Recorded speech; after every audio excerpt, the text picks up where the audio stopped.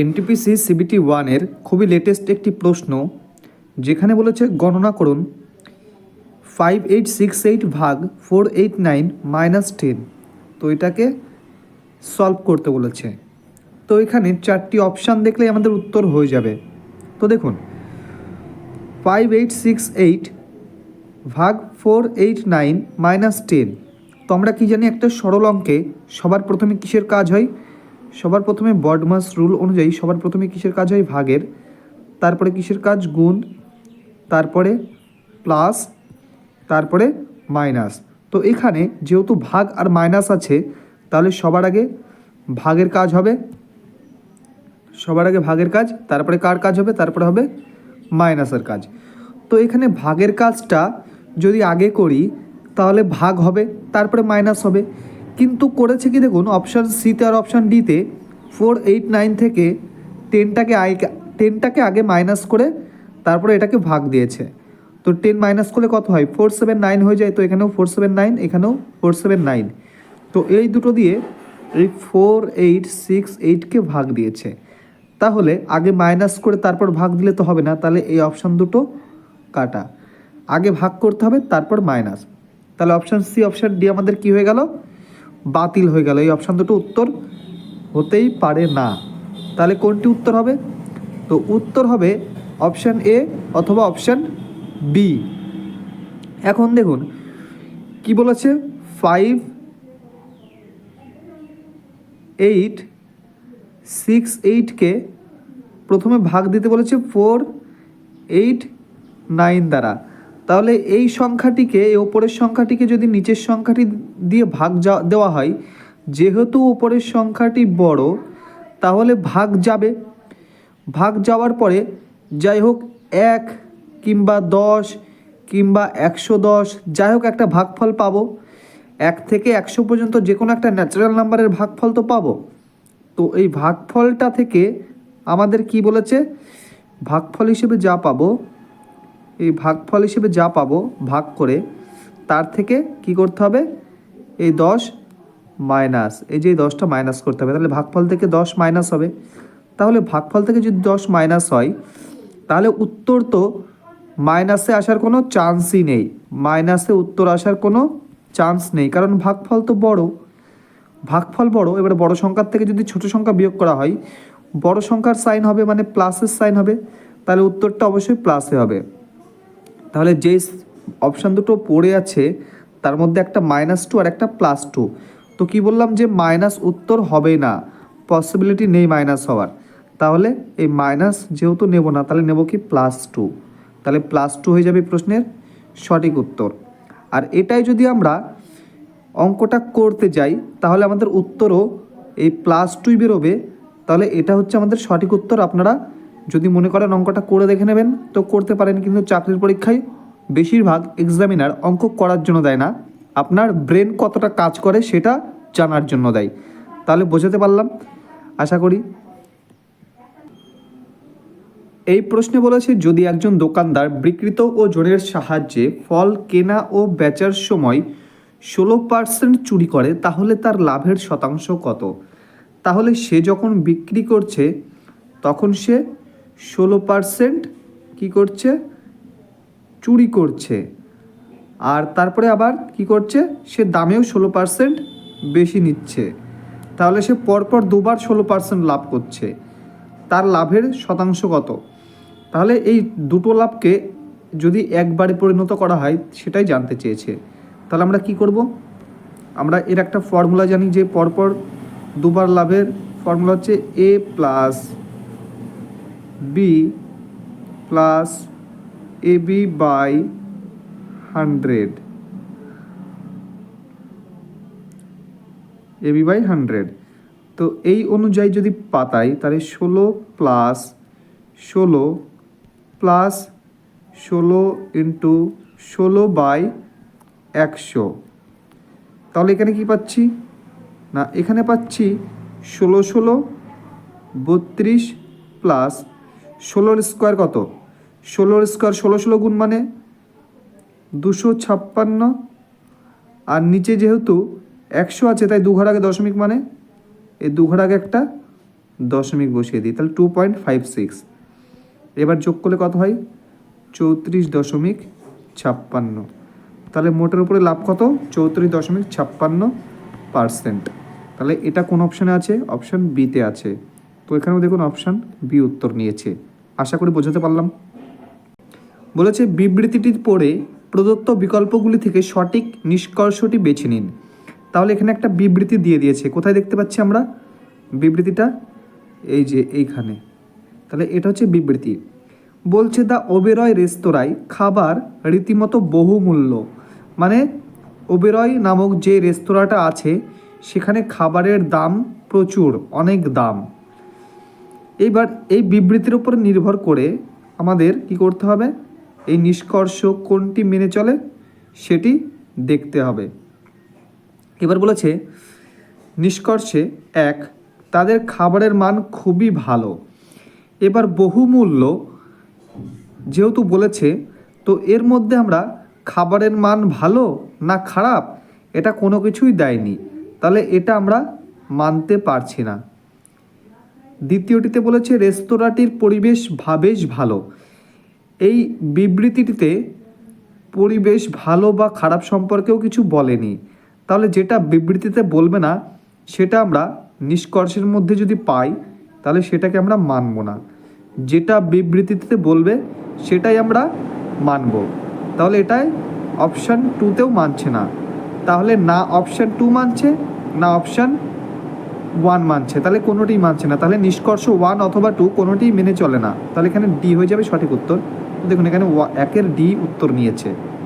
এখানে বলেছে একটি স্যাটেলাইটের এয়ার টাইম বিলের দাম 3 মিনিট 40 সেকেন্ডের জন্য 2 টাকা। 4 মিনিটের জন্য দাম কত হবে?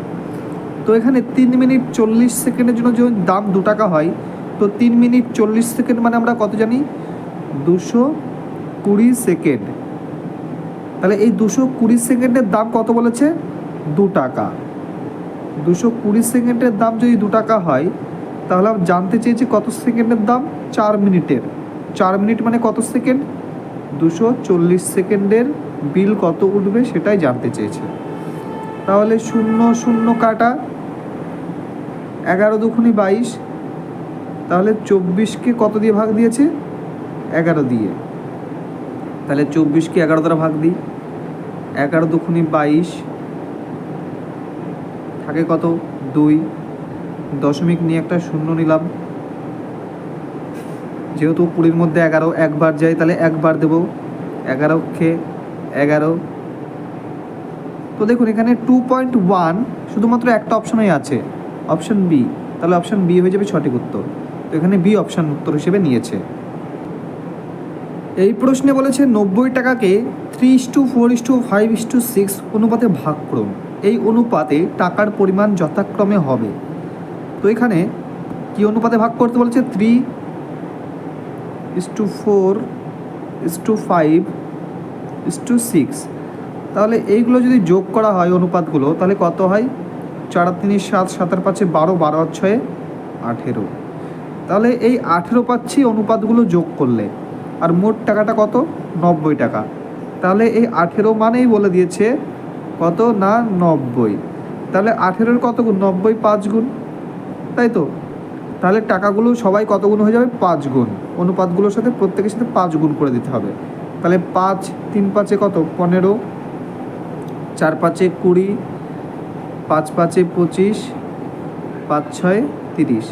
তাহলে টাকাগুলো কত হয়ে যাবে? 15 20 25 30। তাহলে 90 টাকাকে ভাগ করলে 15 20 25 30 এই টাকা হিসেবে ভাগ করা যাবে। তাহলে 15 20 25 30 কোথায় আছে? অপশান সিতে। তাহলে অপশান সি হয়ে যায় সঠিক উত্তর। এনটিপিসি 2021 সিবিটি 1-এ একটা গুরুত্বপূর্ণ সেটিং অ্যারেঞ্জমেন্টের রিজনিং, যেখানে বলেছে যে 6টি মেয়ে বৃত্তাকারে বৃত্তের কেন্দ্রের দিকে মুখ করে বসে আছে। তারা হলো প্যাম, অ্যালি, রোজ, সুচি, তৃপ্তি এবং বাণী। তৃপ্তি, অ্যালি এবং সুচির মাঝখানে বসে নেই, অন্য কেউ বসে আছে। তো আমরা সবার ফার্স্টে কী করব? যে এরা বৃত্তাকারে 6 জন বসে আছে, তাহলে আমরা এরকমভাবে তাদের বসার জন্য জায়গা বানিয়ে নিলাম 6টি। তো এরকমভাবে আমরা 2টি বানাবো, যে কোনটা ঠিক হবে তার ঠিক নেই। তাহলে বানিয়ে নিলাম আমরা। এইবার বলছে যে তৃপ্তি অ্যালি ও সূচির মাঝখানে বসে নেই, অন্য কেউ বসে আছে। তাহলে তৃপ্তি অ্যালি ও সূচির মাঝখানে বসে নেই, তার মানে সূচি আর অ্যালি এক ঘর ছেড়ে বসে আছে। তাহলে সূচি আর অ্যালির মাঝখানে একটা ঘর ফাঁকা আছে, যেখানে কে? তৃপ্তি বসে নেই, তাহলে অন্য কেউ বসে আছে। এইবার সূচি আর অ্যালি এইভাবেও বসতে পারে অথবা এইভাবেও বসতে পারে, অ্যালি আগে সূচি পরে। এইবার বলছে যে প্যাম বাণীর ঠিক ডান দিকে, প্যাম বাণীর ঠিক বাম দিকে বসে আছে। প্যাম বাণীর ঠিক বাম দিকে, তাহলে বাণীকে যদি এইখানে দিই, বাণীকে যদি আমি এইখানে দিই, তাহলে তার ঠিক বাম দিকে কে বসে আছে? প্যাম। অথবা বাণীকে যদি আমি এইখানে দিই, তাহলে ঠিক তার বাঁদিকে কে বসে আছে? প্যাম। এইবার কি বলেছে যে রোজ প্যামের ডান দিকে চতুর্থ স্থানে বসে আছে। তাহলে রোজ প্যামের ডান দিকে, তাহলে প্যামের ডান দিক কোনটা? এই যে এই দিক হচ্ছে প্যামের ডান দিক। তাহলে 1 2 3 4, এই চতুর্থ স্থানে কে বসে আছে? রোজ। তাহলে এখানে রোজ বসে আছে। এইবার বলেছে যে তাহলে এখানে সবার নাম লেখা গেছে 5 জনের, তাহলে কার নাম লেখা হয়নি? তৃপ্তি। তাহলে তৃপ্তি ঠিক এইখানে বসে আছে। তাহলে আমাদের কি হয়ে গেল? আমাদের সঠিক হয়ে গেল এই ডায়াগ্রামটা, এটা ভুল। তাহলে এখান থেকে আমরা উত্তর বার করব। এবার বলেছে যে যদি প্যাম এবং রোজ নিজেদের মধ্যে স্থান পরিবর্তন করে, প্যাম আর রোজ নিজেদের মধ্যে স্থান পরিবর্তন করে, অর্থাৎ রোজের জায়গায় যদি প্যাম হয়, তাহলে দেখুন ব্যাপারটা কেমন হচ্ছে। তাহলে দেখুন আমরা একটা নতুন করে এঁকে নিই, তাহলে আমাদের বুঝতে সুবিধা হবে। তাহলে আমরা এঁকে নিই।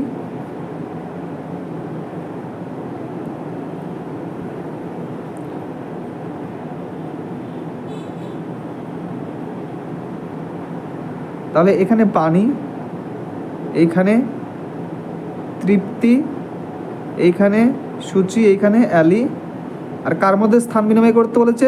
প্যাম এবং রোজ। তাহলে রোজ এইখানে যদি দিই আর প্যামকে যদি এইখানে দিই, তাহলে ব্যাপারটা কেমন হচ্ছে দেখুন। তাহলে নিচের কোন জুড়িটির মধ্যে একসাথে বসেছে? তাহলে দেখো রোজ এবং তৃপ্তি একসাথে আছে, রোজ তৃপ্তি একসাথে নেই। প্যাম এবং বাণী একসাথে আছে, প্যাম বাণী একে অপরের বিপরীতে একসাথে নেই। বাণী এবং তৃপ্তি একসাথে আছে, বাণী এবং তৃপ্তি একসাথে বসে আছে। তাহলে বাণী আর তৃপ্তি হয়ে যাবে এই প্রশ্নের সঠিক উত্তর, অর্থাৎ অপশন সি। তো দেখুন এখানে সি উত্তর হিসেবে নিয়েছে। আশা করি বোঝাতে পারলাম। পরবর্তী এরই উপরে একটা প্রশ্ন হয়েছে, বলেছে বাণীর ঠিক ডান দিকে কে বসে আছে? তো বাণীর ঠিক ডান দিকে কে বসে আছে? তৃপ্তি।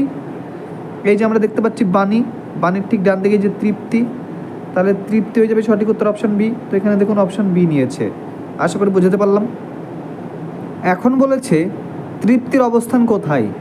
তো তৃপ্তির অবস্থান অ্যালির ঠিক ডান দিকে, অপশন এতে বলেছে। তাহলে অ্যালির ঠিক ডান দিকে তৃপ্তি আছে না, অ্যালির বাঁ দিকে তৃপ্তি রয়েছে। প্যামের বাম দিকে দ্বিতীয় স্থানে অ্যালি, তাহলে প্যামের বাম দিকে, তাহলে প্যামের বাম দিক কোনটা হচ্ছে? প্যামের বাম দিক হচ্ছে এটি। তো প্যামের বাম দিক দ্বিতীয় স্থানে কে আছে? রোজ আছে, অ্যালি নেই।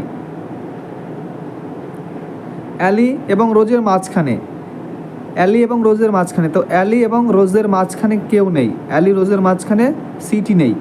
তাহলে বাণীর ঠিক ডান দিকে, তো বাণীর ঠিক ডান দিকে কে বসে আছে? তৃপ্তি বসে আছে। তাহলে এটা অপশান ডি হয়ে যাবে সঠিক উত্তর। তো এখানে ডি উত্তর হিসেবে নিয়েছে। আশা করি বোঝাতে পারলাম।